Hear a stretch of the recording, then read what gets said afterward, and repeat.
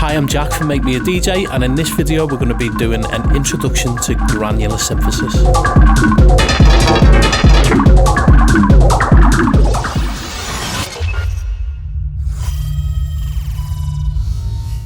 Right, so in this video I wanted to touch on a basic use of granular synthesis. I wanted to do it as a little bit of an introduction because quite a lot of you may have heard of it before but never actually seen it used. Now, this Granulator II is a Max for Live plugin created by Robert Henke. It's available over on their website. If you have the suite version of Ableton Live, you can download it for free right there. And once you get it into Ableton, you drop it down. It's a little bit like simpler. And what it can do is start to re-trigger the start point of the audio track that you drop in. And with a little bit of experimenting, we can start to yield some really interesting sound design results.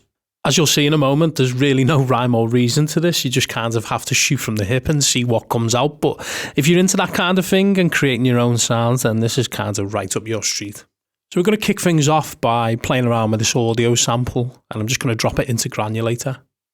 So you think you can set my body free, huh? As you can see there, that's the original sample and how it sounds. Now, I'm going to start playing around with the file position, which will change the start point, and also start to play around with the grains as well.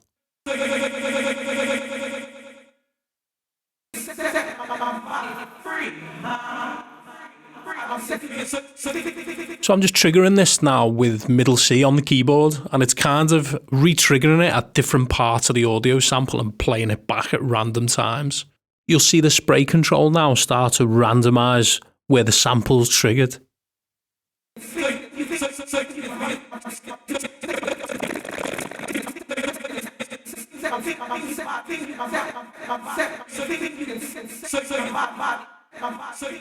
It's worth noting that you can MIDI map these functions as well, so if you want to play around with them and hit record into a new audio track, you can do and see what kind of results you get.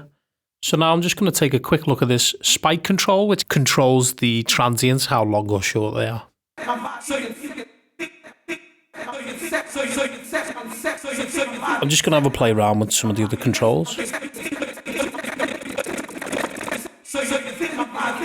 So the real aim of the game here is just to go ahead and experiment.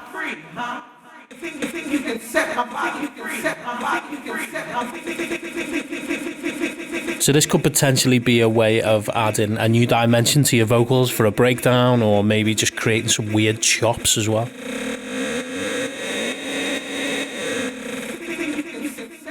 So as you can see, loads of possibilities there, and if we just dive in and take a little bit of a closer look at some of the other functions. We've got an amp envelope just over here with your usual ADSR. Also this frequency modulation section as well, which is really interesting.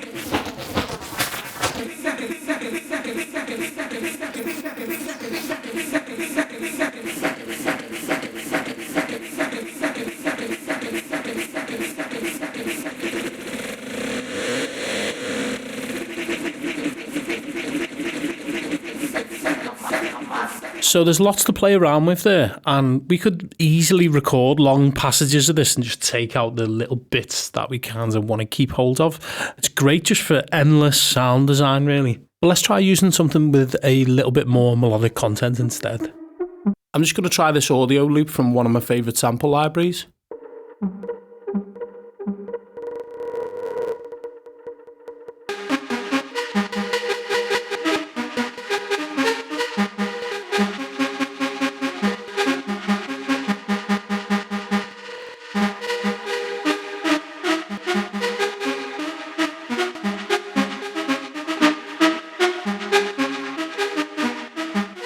So just with that little mess around, you can start to see the possibilities in this.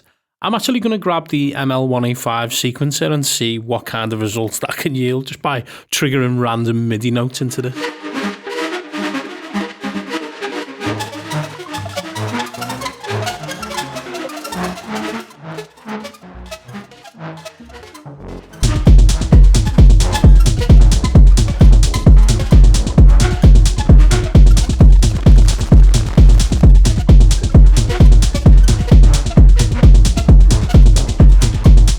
Going to grab a saturator now just to boost the volume and make it a little bit more consistent in the mix. A little 4 or 5 dB booster just on the default settings doing the trick.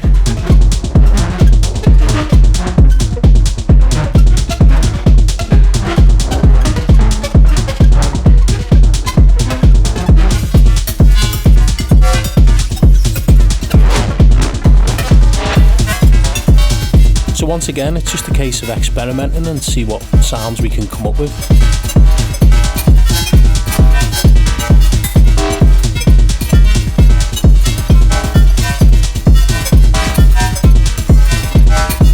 So for me personally, I would just start recording passages of this into audio and just start taking out the bits that you really want. I really enjoy working with audio and trying to create movement within a sample because you're kind of committed to what you've already got. But with this, it's just kind of a really unique way of mangling audio and coming up with something completely different. Try with different sound sources, so you could try like a guitar sound or some other musical loops and stuff like that you can grab from the likes of Splice, etc. Try those. Now I'm going to try a few different examples here and just see what we can come up with this kind of techno beat in the background.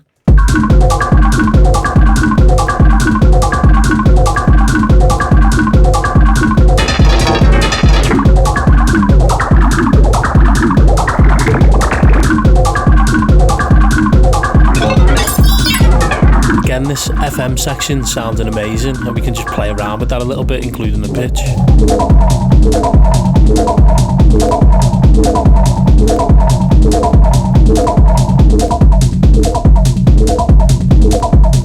The spike almost acting a little bit like a decay on an amp envelope here.